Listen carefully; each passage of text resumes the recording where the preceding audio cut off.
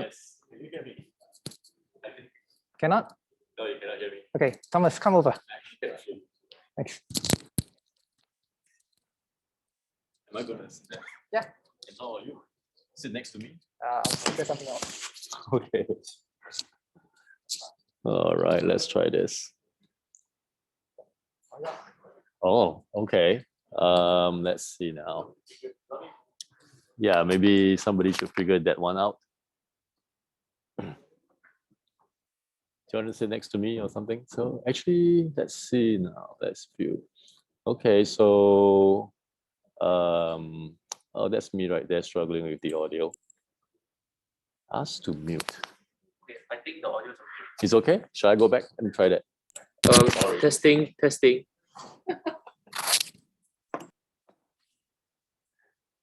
All right, thanks for joining us. Just give us a minute to sort this out. All right. Okay. Working now. All right. Can you guys hear me? Somebody just crashed. Yes. Okay. All right. So I think I can hear Chinian now, and everybody can hear me, right? Chinian, you can hear me? Cool. Okay. So well, first of all, thank you, Chinian, for having me at the ITE Ang Mo Kio, I guess, right? And thank you everybody for joining me this afternoon. So yeah, basically, where do we start, Chinian? So I guess we could start with talk a little bit about. Do they sort of know who I am and where I'm from, kind of thing? yeah, you can do that. Oh, okay. So probably you guys may or may not know me, but my name is Thomas, and I am from here. I'm from Singapore, and over the past since 2001, so 21 years, I've lived abroad to pursue excellence in filmmaking. So basically, in countries like I guess I've covered a lot of the countries that most of the Singaporeans would think about going, including the UK, China, and Hong Kong, and Japan, and finally, currently I'm currently right now in Singapore, but I'm living in the US, Los Angeles, and I head up a LA office of a Hong Kong film company. So that's basically my history. And over the years, I've evolved from being a theater actor first here in Singapore to doing film and TV in China, and eventually I started to direct my films, which some of the trailers you might have seen maybe about 15 minutes ago. And finally, more recently in the US, I've been also producing American films and also acting as an executive on those films. And this year, I'm going to direct a film here in Singapore that is a co-production between Singapore and the US. So, and that's one of the reasons why I'm here in Singapore right now, to visit family and also to start putting together the different pieces necessary to make the film happen. Hopefully we can shoot it in July or August. So that's the current plan right now. Yeah, so that's basically bit of my history, and I guess one of the things that I can share, some of the things I can share with you guys is, as a filmmaker, like what are your options maybe here in Singapore, and what are your options overseas? Oh, some cartoon noise that just came up. And if you guys can turn on your camera, like whatever you wish, but that will really help me remember you actually, and that is in my opinion, to your advantage, because when I was your age, I loved turning on, not at the time there was no Zoom, of course, when I was your age, but I would take every opportunity for people to remember me, because that's where opportunities come from, because access to opportunities is the hardest thing to come by, and it's the most precious things that will help you take your next step forward, and also to define your career later on. As filmmakers or as people in the film industry, I believe that we have to be more present, and also to do more things so that people remember us, so that we have our opportunities. anyway, so that's basically what we're doing. So Chinian, what should we do? Should we have a conversation or should we? Yeah, I'm gonna try to see whether you can hear me. I hear you. basically moved to another place because there was some feedback just now when I was just beside you. Yeah. Okay, for those of you who have no idea who I am, hello and thanks for joining us. Because we have people from video production, we have people from filmmaking, we have people from the Film Appreciation Club. So thanks for spending your afternoon with us. So I guess one of the reasons why you're here is because you are involved in the filmmaking process or you like watching movies, right?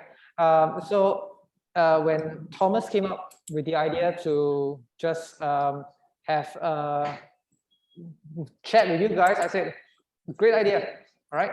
So I said, why not come down and just talk to them about how you actually got started and what were some of the challenges you faced when you first actually did this? Did you actually start working in film itself or was it something else? No, so I got my start here in Singapore, but it was in theatre. So at the time, I started with the theatre practice, actually as an actor for the theatre practice. Back in, I remember it's 1999 that I did my first rehearsal as a young, maybe 21, 22-year-old. And then after that, then I got a scholarship from the UK to train in theatre in the UK, and I went there. And after that, in the UK, I realized that as a Chinese descendant, I would like to be more unique as a Chinese person, although I'm Singaporean. So I decided, and at the time, China was just beginning to rise. So I decided to move to China to pursue a career there. And I stayed there for 4 years. And I learned a lot of things. And I was then starting to approach 30 years old. And from being an actor, I evolved to becoming a writer-director. So, oops, there's some fighting going on. So then, after that, where was I? So I evolved into being a writer-director, and I moved to a place called Macau, which is next to Hong Kong. And I wrote and directed 2 very shoestring, very, very low budget feature films there. And that actually started my path as a film person, as a film writer-director. So both films that I directed, I wrote it myself, and I learned many things from. I never went to film school, unfortunately. I never have the means to go to film school. And so I learned, I'm a self-taught filmmaker, and I learned from my environment, I learned from the people around me, and I learned from the people whom I collaborated with.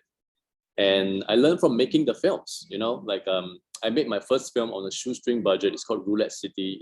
It's a feature film.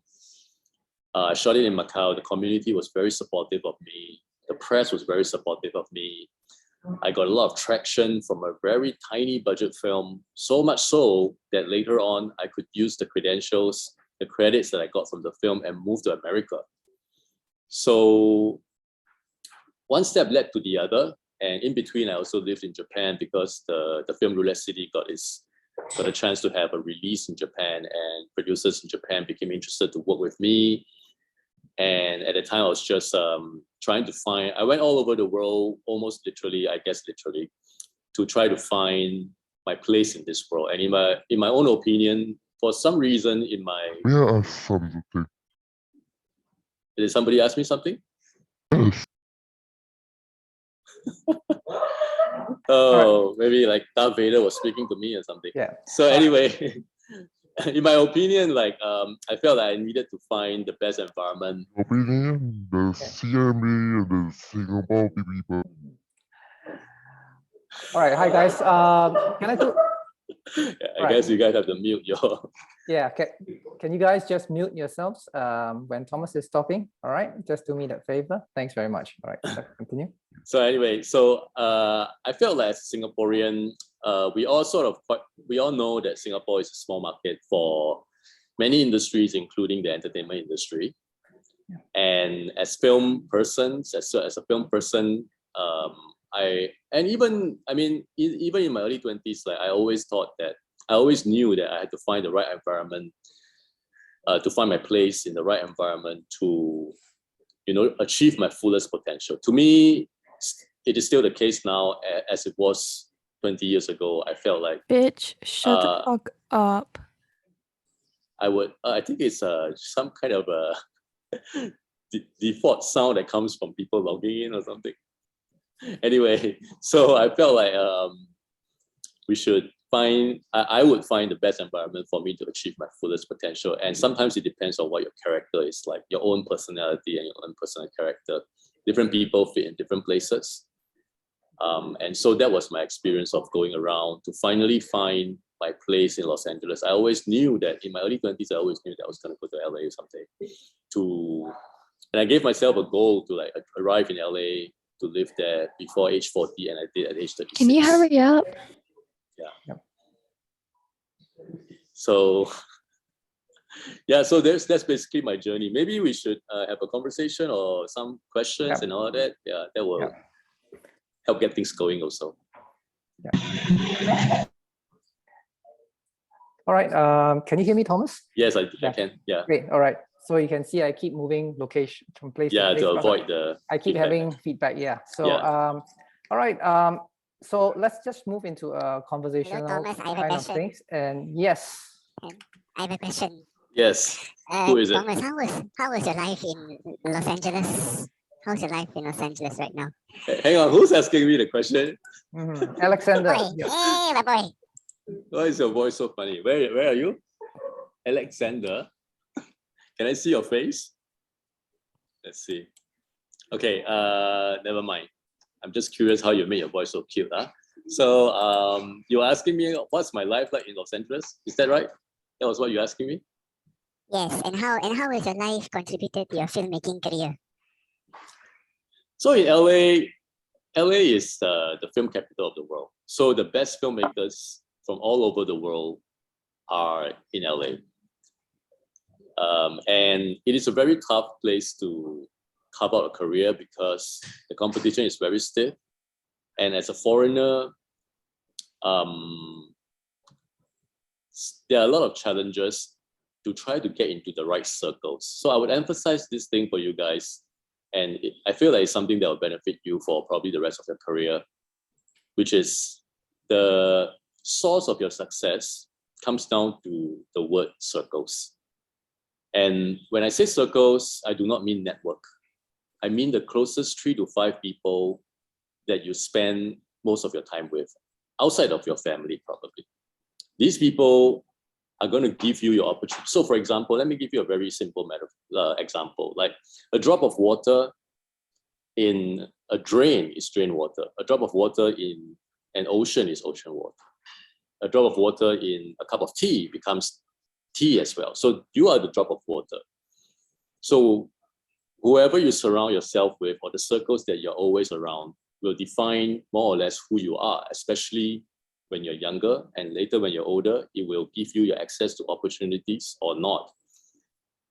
So to get into the right circles is very crucial, I feel, as you're in this industry. And in LA, that was the challenge that I faced at the very beginning. It was difficult to find the right circles to get into. And when I finally did, about 3.5, 4 years ago now, my whole career changed when I met my current boss, who was my friend at the time. And he gave me this opportunity to head up the LA office for the Hong Kong company that he's chairman of.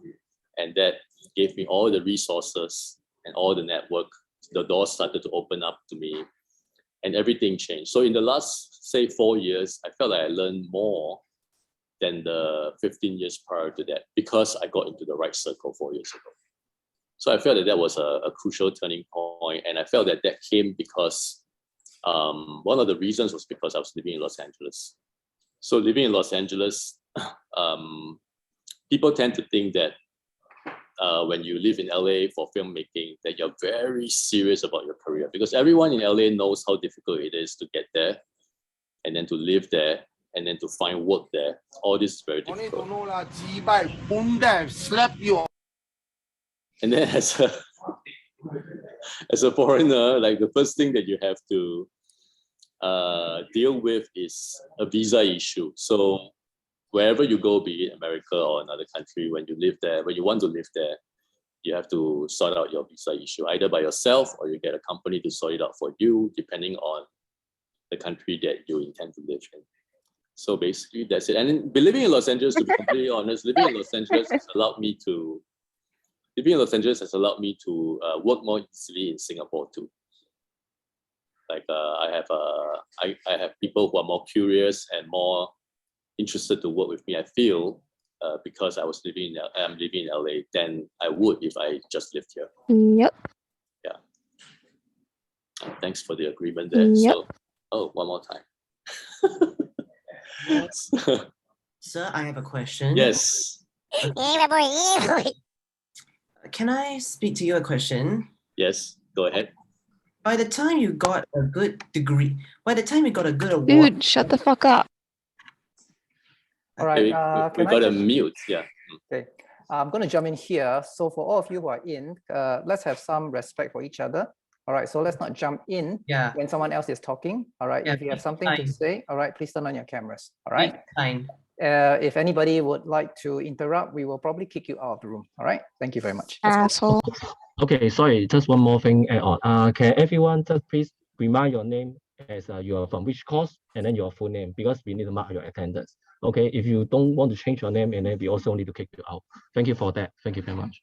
Okay, so Yes. Go ahead. I have a question. So Mhm. once you got recognized as well for your drama acting, when you went to China to create a film, how many hours did it take for you to create the film when you went to China?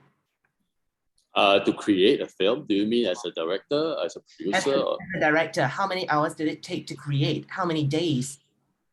So a regular film, a feature film, normally, depending on the story, it will take about, I would say, on the average, it's like 30 to 50 days to shoot the film. But And then when you went to China, what film did you create?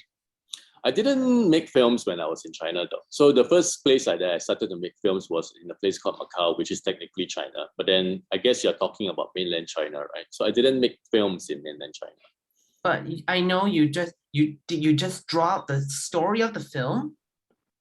So if you're talking about like wanting to direct something, you have to start from a script, and then somebody has to write the script. If nobody writes it for you, probably you have to write it yourself. And this can probably take around 6 months to 9 months to write quite intensively. And then after that, it takes about 30 to 50 days to shoot.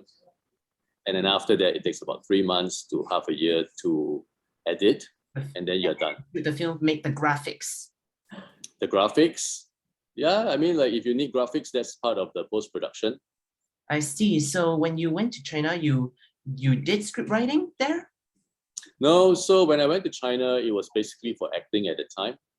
It was after China that I moved to Macau that I started to, it was after mainland China that I moved to Macau that I started to make films. I see. How very nice. Was it a great life there in China? It was different. So there's good and bad parts, you know, like it depends on what you're looking for. It's quite fun for quite a while. And at the time, it was relatively cheaper to live in there. But now I think that it's not so cheap anymore. I'm not sure. I've left China for a while now. So China there was very cheap there. No, it was not very cheap. And certainly right now, it's not so cheap anymore. But back then, it was perhaps a little cheaper than Singapore. Yeah, we're talking about a long time ago. We're talking about 2004. Yeah, that's like a long time ago. And I know, did you play the main character or a supporting character in the acting film when you were in mainland China? I did do some TV series, and then for my own first film as a director, I did play a role as well because I didn't have money and I had to rely on favors like from people to get the film together, and a lot of directors ended up playing a role themselves. Yeah. But was it a main character, a supporting character, or what? For my own film, it was one of the main characters at that time that I played. I see. Yeah. Because prior to that, I was an actor, so I felt fresh and sharp that I could play the role too. Yeah.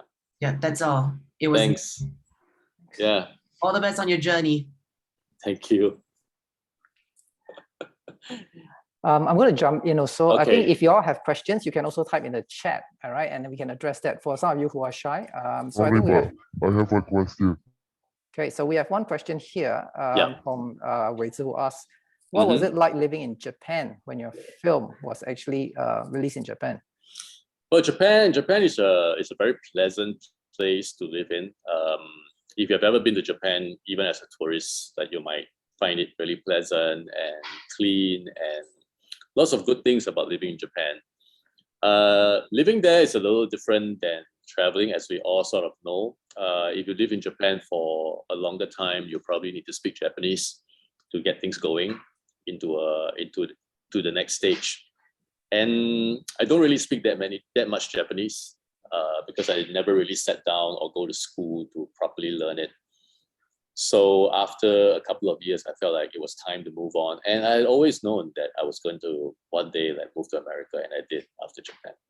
But Japan gave me a lot of traction in terms of my film releasing there and the people, producers who wanted to work with me there. And it taught me, of course, a lot of things. So one step led to another, and Japan was that necessary step for me to take before I could move to the US. Yeah. Can I add a follow-up question? Sure. What did you work on in Japan exactly? Sorry, say again, please. What did you work on exactly in Japan?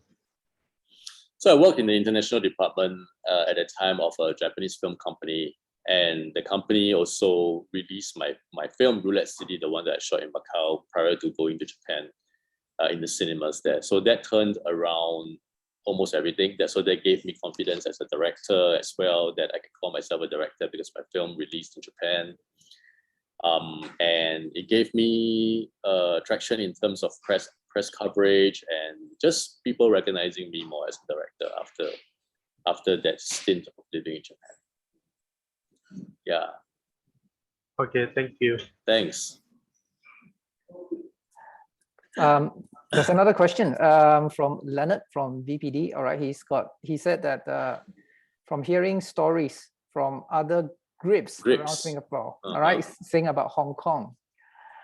Is it true that the grips in Hong Kong, so Leonard, please correct me if I'm asking a question wrongly, all right? Is it true that the grips in Hong Kong, they do quality or quantity? Are you saying that do they deliver quality work? In the sense that from what I hear from other people, grips in Hong Kong or technical teams in Hong Kong, they do much more time in prepping for the shot than having to shoot the shot quickly and get the other shots done.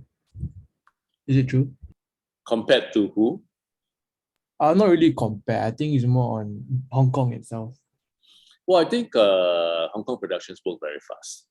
So I'm not sure that, so let's say compared to like US productions, Hong Kong productions, like they work very, very fast, and they try to use their resources perhaps like in a different way than the US would.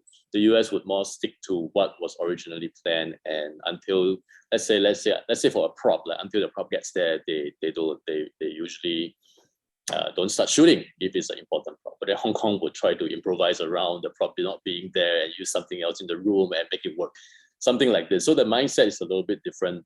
And my impression of Hong Kong is that they work really fast, and even before shooting, like their prep is really fast. They put things together really fast, and they can get their film done quite quickly. They can get, maybe in a way, I could say that they can get more done with less. So I'm quite impressed, and I admire them for that, to be honest. So they can deal with a lower budget and get something of quality out still.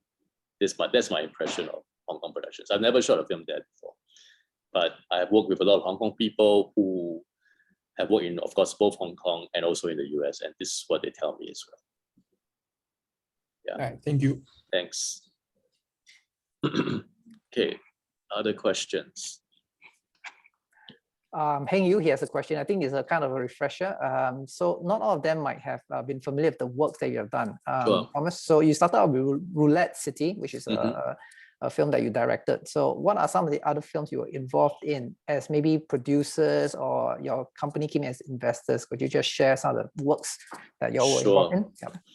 So my first work as a writer-director is a feature film called Roulette City. And then my second film as a writer-director is also a feature film called Sea of Mirrors. It was also shot in Macau.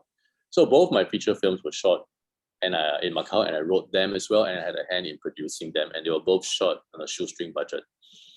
And aside of those films, I was in the role of executive. Executive meaning that I was I was part of the film company that financed and produced the American films Palm Springs, The Starling, and the latest one that's coming out is called The Desperate Hour.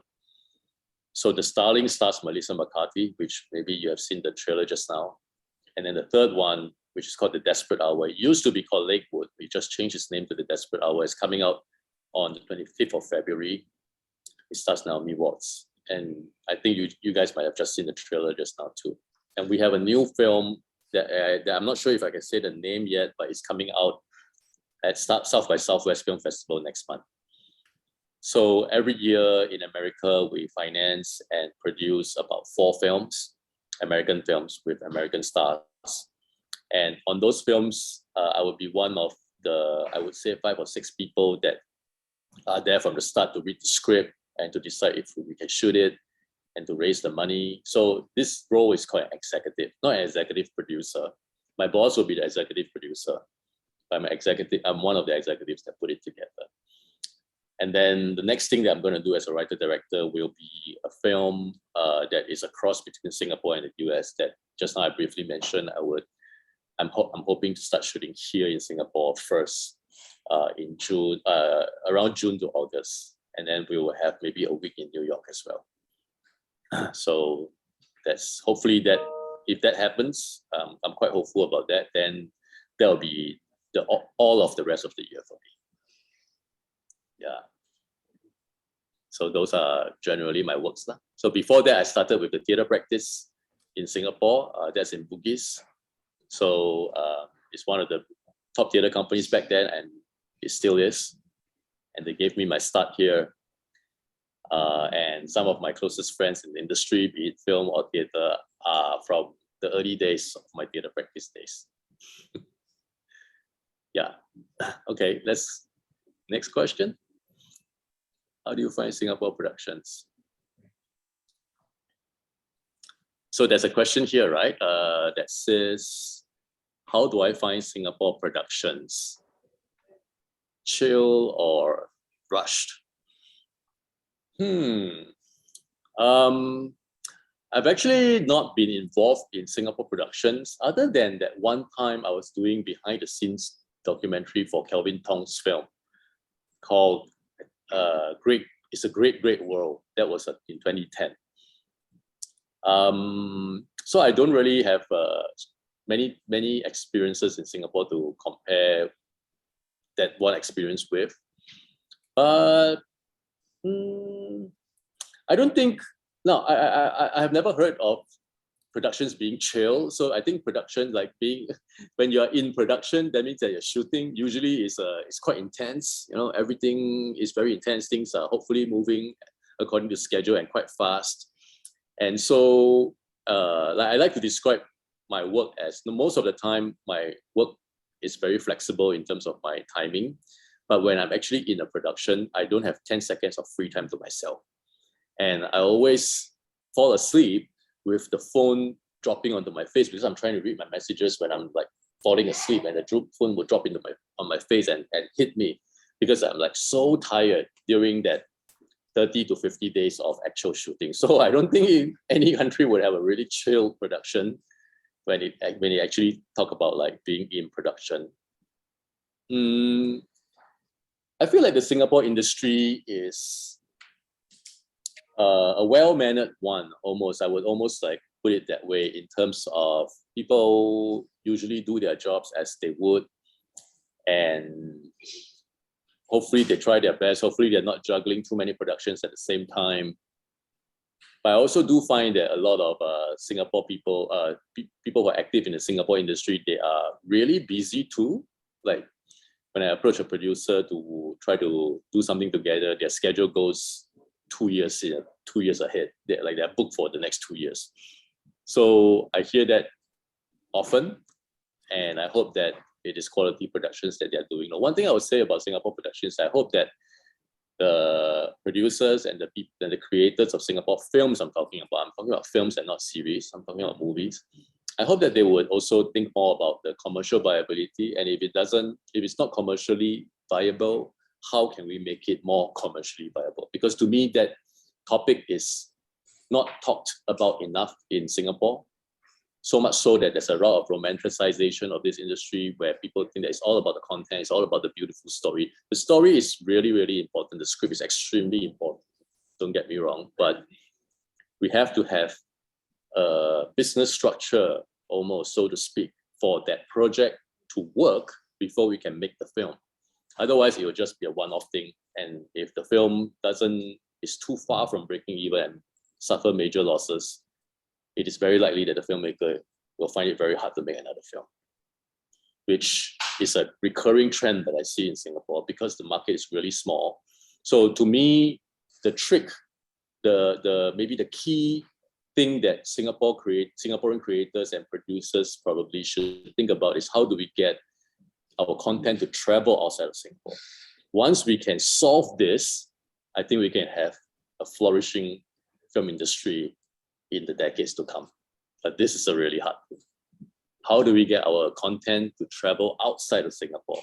So then we have the markets that's bigger than us, and then we'll be able to break even or make profits on our films. Then we will have more and more and more and more films after that, because then it becomes a commercially or like at least a sustainable industry. To me, that's something that I see, in my opinion, that is not talked about enough, but should be talked about more. Yeah. Where are we now? What's the next? Is Isaac next? His question. Oh, the last one? Yeah, I think he asked a question about Sea of Mirrors, the film that you directed. I think that was a few years back, 2019, is it? Yep. Yeah, allegedly, from what I heard, you shot the whole thing with an iPhone. So I just wanted to ask, how was the experience like? Yes. So I did shoot the whole thing with an iPhone. At the time, it was the iPhone 6S. So I think there's two different 6, right? 6, and then one more. The next year is 6S, and then the following year is 7. So I shot half of it on 7, half of it on 6S. So I took like almost like a 2-year period to finish shooting because I ran out of money and I had to stop and I had to start again. But my whole experience of shooting on it was wonderful. I truly believe that represented the spirit of our core team at the time, where we believe that these days you can shoot a film with minimal resources. I'm always of the belief that we do not need, as a starting out filmmaker. So as your career progresses, you shouldn't be doing this over and over again. But then when you're starting out, it's very hard for an investor, unless you know someone rich personally and that person is very close to you. Otherwise, it's very hard for people to put in too much money for your first film. But then you have to make a film regardless, because I always believe that my logic is always have film is better than don't have film. So I would rather have a film that doesn't fulfill all my expectations. In fact, it doesn't fulfill maybe any of my expectations, but then I have a film, and rather than wait and hope and wait some more, and then after that your passion may fade and the story you want to tell you no longer want to tell after 2 years of waiting. All that kind of thing is going to kill passion, and it's going to have you end up with no film. And to me, that's not good. So I know that Chinian, your teacher, has also made films like shooting every weekend and finally put together. This kind of spirit I like very much. So like in my beginning films, I was very scrappy about it, and I decided to. At the time, I remember my DP and I were talking about only 3 kinds of cameras because we didn't have money. So the first kind was at that time the DSLR, so the Canon 5D, 7D, that kind of thing.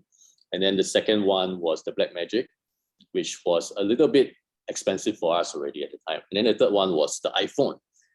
And right away, I decided that let's use the iPhone because then it becomes a talking point as well. So you have to do everything you can to make your film stand out from the crowd of films that's all over the world. And I felt that the iPhone also served to represent us and our spirit of making this film. And true enough, you know, at that film Sea of Mirrors, when I made it in Macau, like I got so much press attention and community attention that that I felt very flattered that I got so much traction even before the film was completed. And to be completely honest, a lot of it was very curious about the iPhone. You know, like a lot of the press and all the talk about was me making the whole film on an iPhone.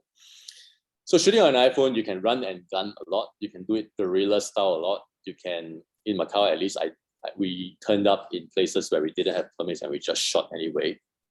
And we were sponsored the iPhone by the biggest iPhone reseller in Macau. At the time, there was no iPhone shop in Macau. I'm not sure if there is one now, but then at the time there wasn't. So the biggest reseller sponsored all our equipment, which is 4 iPhones, and then a bunch of gadgets as well. So lights, stands, gimbal, all kinds of things.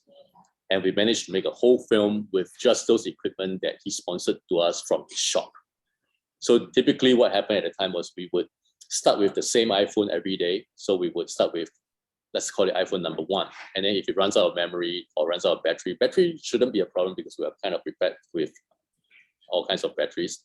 And then the second iPhone was sometimes used, sometimes not used. I remember the first iPhone, the number 1 iPhone that we use so much that it's so strange, you know, like because my DP is a Japanese man. So generally he's quite careful with things. And if something breaks, he will tell me. But our first iPhone was used so much that after the last shot, the evening itself, suddenly it cracked. The screen started to crack. And it was like, there was no dropping, no nothing. We didn't see it crack in front of our eyes, but then we put it into the box thinking that, okay, so we call it a day and we let it rest. And then the next day when we opened the box, the screen was cracked as if somebody played around with it that evening and cracked it. So, you know, even the iPhone knows that, you know, finally it is its time to like take a break and have a rest. But to answer your question, I feel like to me that represented the spirit of also shooting. The best thing would have been that if your content requires you to shoot it with the equipment, with the unusual equipment that you will be using to shoot the film. I think that would have been even better, but my content didn't call for it. But at the time, I did think about that. I would encourage you, you know, to shoot with whatever equipment you have on hand, you know, and then to edit it with your Premiere or your Final Cut Pro on your computers and make a whole film out of it. So all this is really good training, and this is what we do when we have no money to shoot a film, but we still want to shoot a film. So yeah, so that is my experience of shooting on an iPhone. Okay, taking interns. Yeah, I might take interns for my upcoming movie, and I'll certainly let Chinian know. And I would love for you guys to participate in it or to come assist me when the time comes. Yeah. And studio interference, what does that mean? Sean, what other struggles do you face? What do you mean studio? Hollywood studio? How to say this? Like for example, like you have your like original story, and the studio like doesn't want it to be this way, and they will say like, if we don't do it my way, I'll cut your budget. Oh, so studio, you mean like a big company? Yes. Okay. I feel like it depends on how much leverage you have.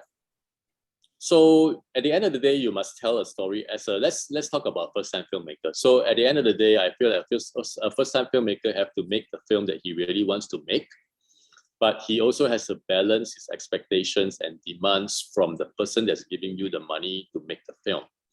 Because if the person, let's call it the studio. So if the studio doesn't support you in making this film, then you will not get to make your film. And going back to my original statement of have film is better than don't have film, I feel like as a first-time filmmaker, compromises should probably, the burden of compromise should probably be on the filmmaker because you have no leverage because you're the first timer.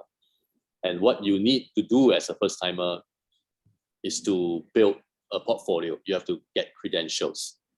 And I wouldn't compromise fully. I wouldn't throw away my original idea, but then I would certainly compromise. And even today, you know, like I would still compromise to my financier in certain ways. Unless it's something you feel so strongly that you cannot do it this way because it doesn't represent the message that you want to tell.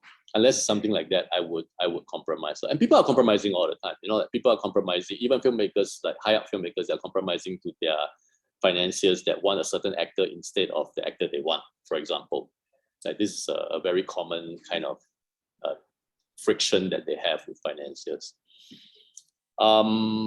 Yeah, so I would say when you're starting out, you know, your first film and your second film. So first film and second film, usually people say this is a first-time filmmaker, being your first and your second feature film. And as a first and second feature film, you're selling, excuse me, you're sort of selling yourself more than your film, I kind of feel. Because you're trying to gain a reputation for yourself as a filmmaker as much as the content of your film. So that part about being easy to work with, but yet probably knowing what you want, that balance is very important to achieve, to try to achieve.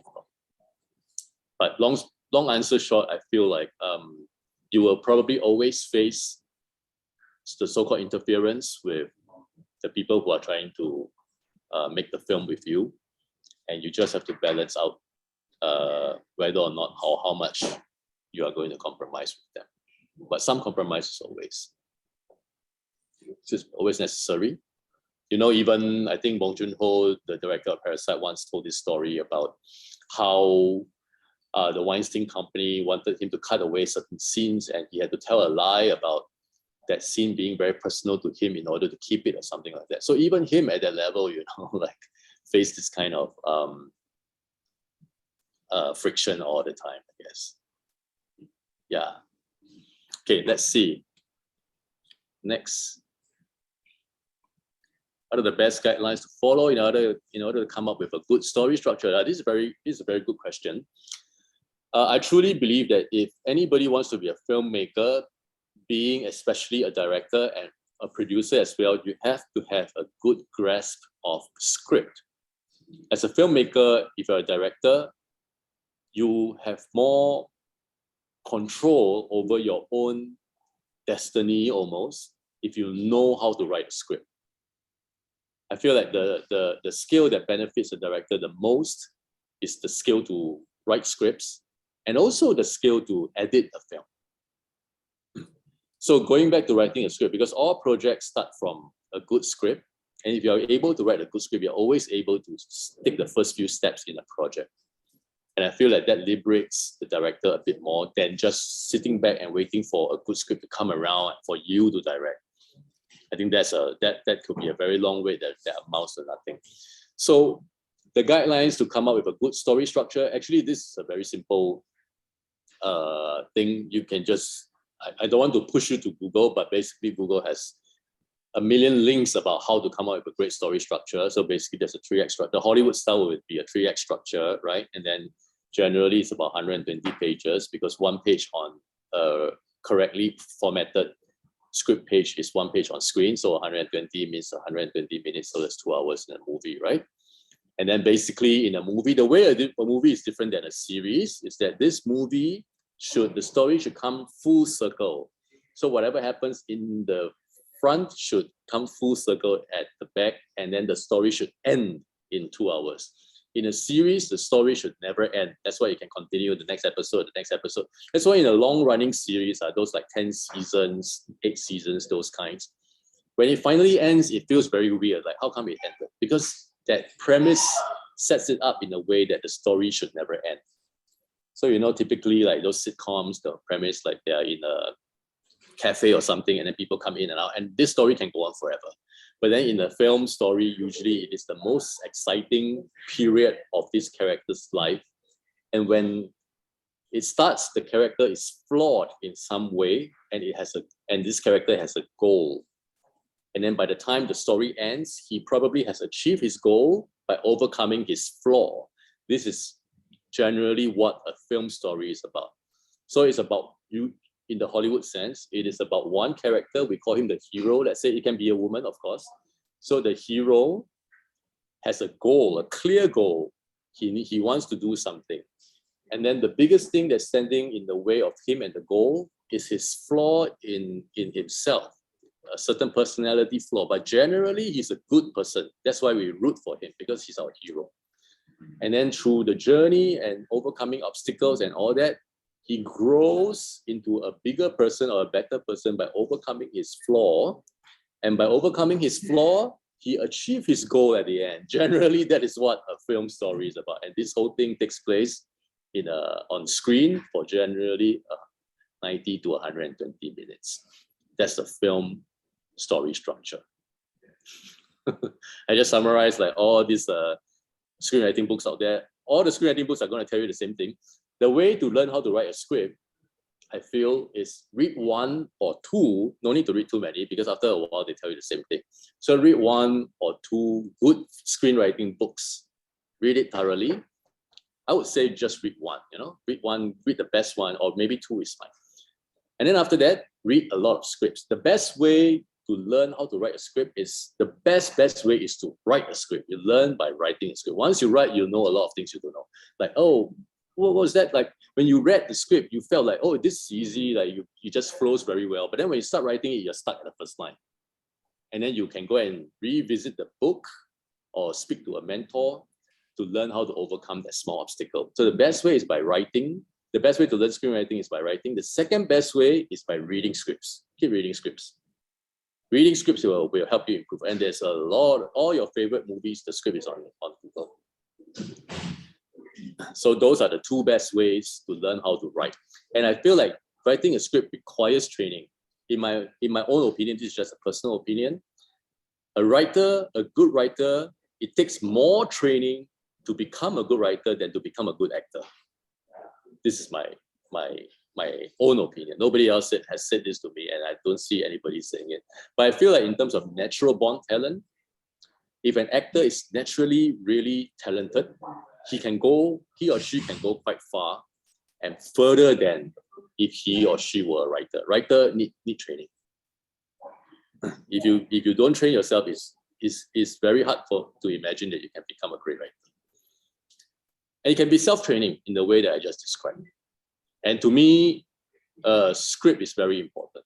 As a producer too, if you're a producer, it is also very crucial for you to know how to read a script in the sense of being able to pick out the problems in the script and suggest how to improve on these problems. You may not need to know how to write it, but then you must be able to identify the problems in the script as if you're a doctor, and then to be able to suggest how to improve on it. That will make you an even better producer. That's my take on directors and writers and what they need to look at when they look at scripts. Okay. And then toughest moment on set. Oh, on set, I think the toughest thing is that as a director, you can prepare for 100 things as a director, and then when you turn out on set, the 101st thing that you didn't prepare for is the one that's going to happen. So as a director on set, I think thinking on your toes is I wouldn't say tough. It's a very big challenge.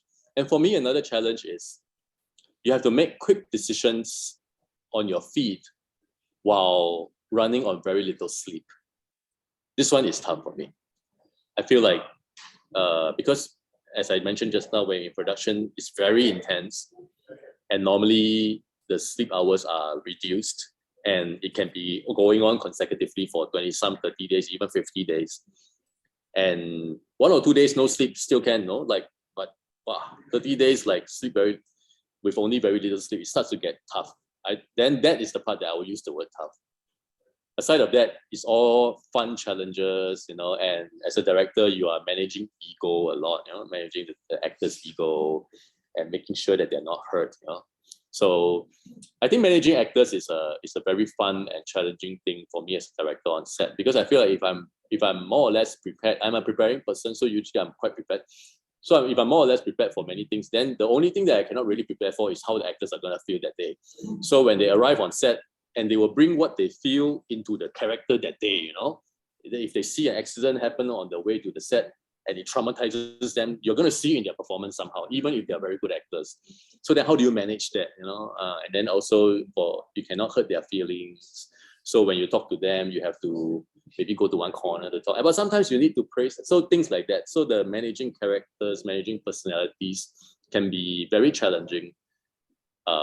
Yeah, so the set, you know, the set is not a place for everybody. Some people love it and thrive in it. Some people cannot stand a day on it. So if you are a film person, you also have to decide whether you are a person that belongs to the set, or you are a person that belongs to not the set, but in the setup of the production or the post house or something. Okay. Struggles that I face from being a theatre actor to a writer and director. I wouldn't say it's a struggle. I think it's an evolution. So for me, if I weren't a theatre actor at the beginning, then this whole thing wouldn't have started at the beginning. So then I started as a theatre actor. I evolved into a film and TV actor in China, actually. And then after that, I find that as an actor, I was sort of forced to be passive a lot, because that's the nature of an actor's job. You're sort of passive a lot. And especially in a big environment like China at the time, I had to rely on my agents to get work for me. And naturally, especially at that age, naturally, I wanted to be more, organically, true to my own nature, I wanted to be more proactive. I wanted to create my own projects. One of the greatest satisfaction I have is to create something from nothing. So almost like an entrepreneurial kind of spirit. And that's why I decided to evolve into being a writer and director. That's why I always combine, for myself, I always combine writer and director together, because I would like to start it from scratch. And so I started to write the script. And I never, at the beginning, writing a script was not something that I pursued, nor I would say that I enjoy at the time. But then now I sort of enjoy it as part of the process. That I just see it as something that I have to do, and because I have to do, I will do it well, because that's my character. Otherwise, I won't do this. Yeah. So tips and advice for us, be it in life, in life, or in the film industry. I will go back to that thing about circles that I mentioned just now. So I feel like your circles define. So there's a saying out there that I really like, is that you're the average of the 5 closest people around you. And I truly believe that.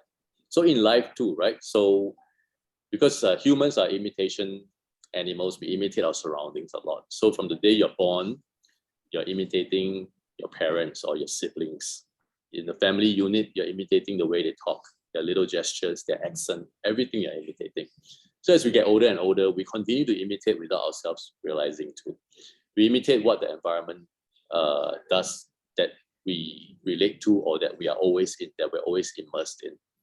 So I feel like surrounding yourself with the right circles is very crucial. And sometimes it's a bit of luck. And I'll give you something more tangible than luck, because people, when I say luck, like luck is very important in life, to be honest. A little bit of luck may go a long way. But when I say luck, sometimes people are a bit scared of that. Like, oh, what if I don't have luck? Like so abstract. How do I get more luck? I would say that, luck comes from the daily decisions that we make. You may be a bit young to understand this, but then maybe you can remember this, and later on you can have a deeper understanding of it. But every day, the decisions that you make lead to your future. Whatever you decide today somehow accumulation of all the decisions that you make. Like today, whatever I have and I don't have, is all coming from decisions I made in the last 20 years as an adult. I cannot blame anybody else for something that I have or do not have. So the decisions that I made earlier in my life all accumulated to what I am today and what I'm not today. And sometimes the decisions that you make will shape your destiny. And in terms of luck, especially if you're above the line, I think just now from one or two of your friends, I understand that some of you may know what above the line and below the line means. So above the line basically is like actors, directors, and producers. Below the line is the rest of the crew. So if you are especially an actor or a director, I don't think you're actors, but then I'll just say it anyway. I would say luck goes a long way for actors and sometimes directors as well. And if you want to be an actor or director, you have to believe you have the luck. You may not have it right away, you may not have it at your low points, but at some point you have to believe that it's going to work out for you. If you don't have the belief, then it's going to be very tough. But you have to believe, you have to have that thing in your character that you believe. You have to be able to hope and dream. Yeah.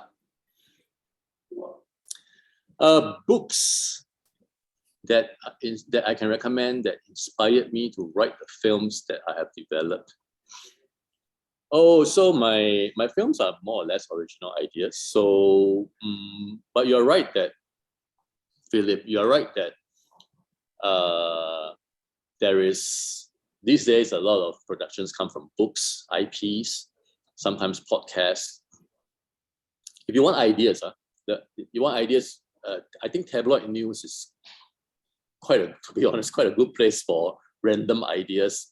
And these days, podcasts, news law. But news, the problem with news is that they give you an idea, but then it's not a story. So an idea is different than a story. An idea has not too many characters and probably it's just a one-off thing, but it's not really a story. So for example, an idea for a film could be, you watch a videotape. If anybody who watches this videotape is going to die in 7 days. So that's the idea for The Ring, the horror film, The Ring, the Japanese film, right? But then this is not a story because there's no characters and events, and you cannot copyright an idea. So be careful who you share your ideas with because they can take it and use it as their own. The only thing you can copyright is starting from something like an outline and then of course a script, because there's characters, there's events that fill up the story that you created that then belongs to you. But then an idea cannot belong to only you because another person in another part of the world, I think whatever idea I have now, at least 100 other people in this whole world have the same idea at this moment right now. So you cannot copyright that, but then you can copyright your script because then you created the characters and the events and you gave them names. Yeah. So most of my stuff are original ideas coming from basically my life. And books, actually it really depends on what you like. Some people like sci-fi, some people like action. I'm not so much a sci-fi guy, so sci-fi doesn't speak to me too much. So whatever you like, go with what you like. Especially when you're young, I feel like you probably have a stronger inclination towards certain things than others because you're not challenged by the reality of the limitations of later on when somebody else is trying to come in to make a film with you. They're gonna limit you here and there. But as of now, go with what attracts you the most and read those stuff. That's what I would say. Multicam in a studio? No, I haven't really done multicam in a studio. So is it like filming a sitcom? No. Okay. The next one. If you want to be an editor, I think editor is one of the best skills. So someone is asking, what if I want to be an editor? I think editor is actually one of the best skills too. An editor is actually one of the best skills too. I would actually say, if you want to be hired, a lot of filmmakers, they can do many things. They can write the script.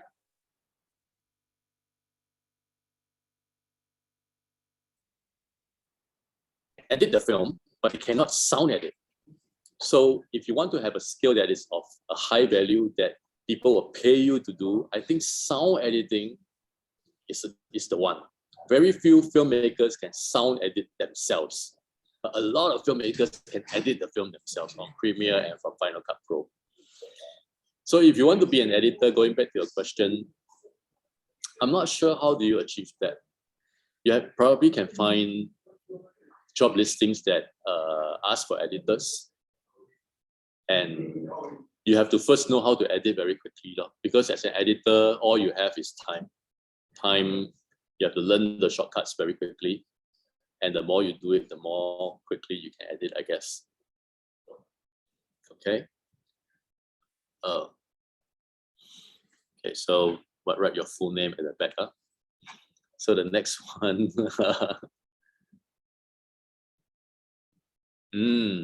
How do you be confident of your script when it's completed, in a way of how do you know when it's done right? Okay, so basically, how do you know whether it's good or not, right? So for me, the way is I have a trusted few people that I show my script to. And I will show it to them, and I trust their opinion. And I know that their opinion is more geared towards trying to make the story better, as opposed to their very personal opinions.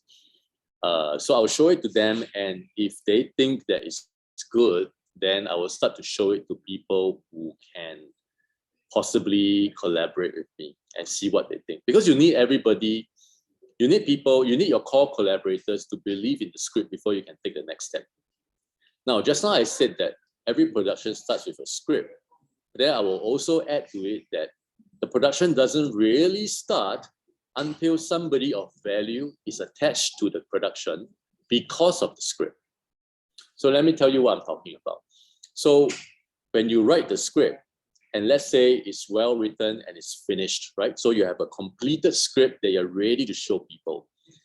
Yes, the project started from the day you started writing the script, but the project doesn't really start until an actor or a director of value, meaning commercial value, reads the script, likes it so much that he or she attaches his name to the script.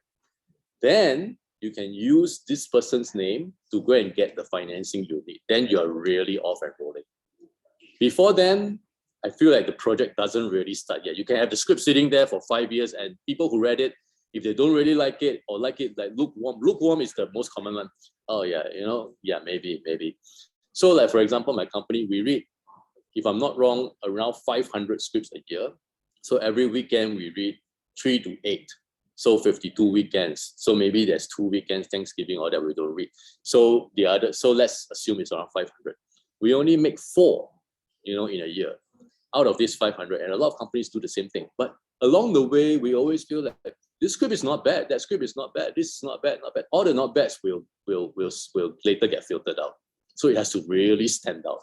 Because we know that only the standout scripts we can attach named actors, especially named actors. Named actors has a lot of value. And doesn't have to be superstar, just need to be named. So name actors or name directors. And name directors has a lot of value too, because name directors have their name actor friends that they later can bring in. Then this script will be able to attract financing. Then you can make the film. Without financing, you cannot make the film unless you shoot an iPhone. No? So that's what I would say. Where am I now? Let's see. To be confident, so you show it to your trusted people, and then after that, you will show it to your collaborators. And some of them will come back to you and also very importantly, you guys have to know that as a creator of the film, you have to come up with something that they call like a log line. So you must be able to describe your film in 2 or 3 sentences, and to be able to hook people's interest with just 2 or 3 sentences, because then people will want to read the rest of your material. Yeah. Okay, local artists, right? Have I done any work with local artists? Do you have any upcoming work you are going to do in Singapore? Yeah, so just now I said that I have this film that I'm going to shoot in Singapore coming soon. And yes, I intend to use local artists and also overseas artists, but I have not done any films with local artists before yet. Yeah, so that's my answer to that. Establishing this, okay. Yeah, so you can start to copyright your material, in my opinion, starting from outline stage. When I say outline, so sometimes people get confused about these terms, right? So the smallest version of your story to me is the log line. So a log line is like a 2 or 3 sentence Usually I'm happy to give it up to 3 or 4 sentences because I think 2 is really short, or 1. But I think let's say 3 lah. So the log line is around 3 sentences to describe your film, and it has to be described in an attractive way such that people want to hear more after hearing the 2 sentences. The next version is the synopsis. In my opinion, the synopsis can be 1 paragraph to maybe 1 or 2 pages, probably not more than 2 pages. Synopsis back in the day is the one that you read at the back cover of the DVD case. And then these days you can read it on the summary of, actually the Netflix one is considered logline. So when you turn on Netflix, any film, it says 2 sentences about what the film is about. So that's sort of like the logline. But then the synopsis part, up to 2 pages, I think you can start copywriting it, but we don't do it. But then the next stage after that, I call outline. After synopsis, outline is like 20 pages. So 20 pages, from 20 pages, you have a lot of characters, you have a lot of events already. From that one on, I will start to copyright that. I will go to the copyright office and I'll register, and then I'll pay $20, and then I copyright it. So that will be outline. And after outline is the full script. Of course, when I have the full script, 100% I'll copyright it. Otherwise, there's no otherwise. So everybody does it anyway, just to protect themselves. Yeah. Okay, great. I think that's the end of the questions from chat. Yeah, thanks for all the questions from everyone that actually asked. I hope it's been useful. So let's maybe just wrap this up. Sure. Yeah, unless anybody has a dying question, but if you don't, we would like to actually get everyone's help. Can you all turn on your cameras, and we'd like to take a group photo? Sure. For this Wow, with experience. 131 people, can we get all 131 in?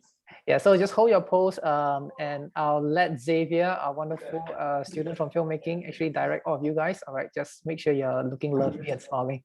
Xavier, can I hand it to you? Yep, sure. Give me a moment. Yep. My apologies.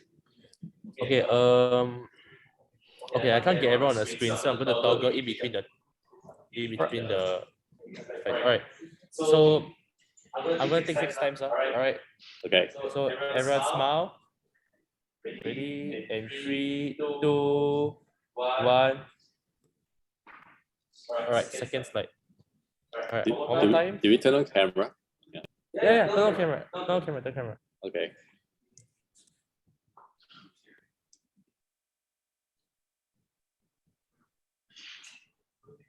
Wait, give us a few moments.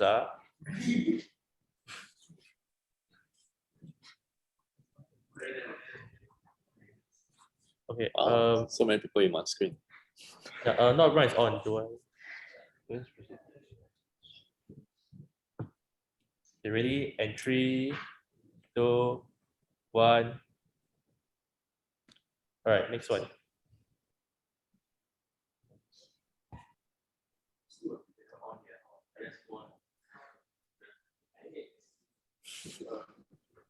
All right, ready? And 3, 2, 1. All right.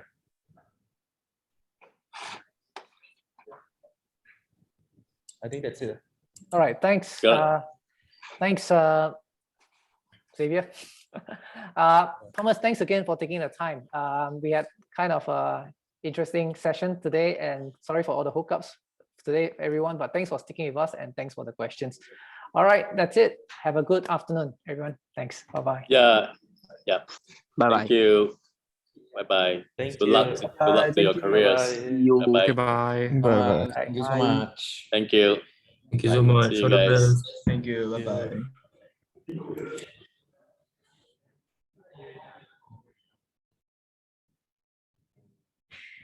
Yeah.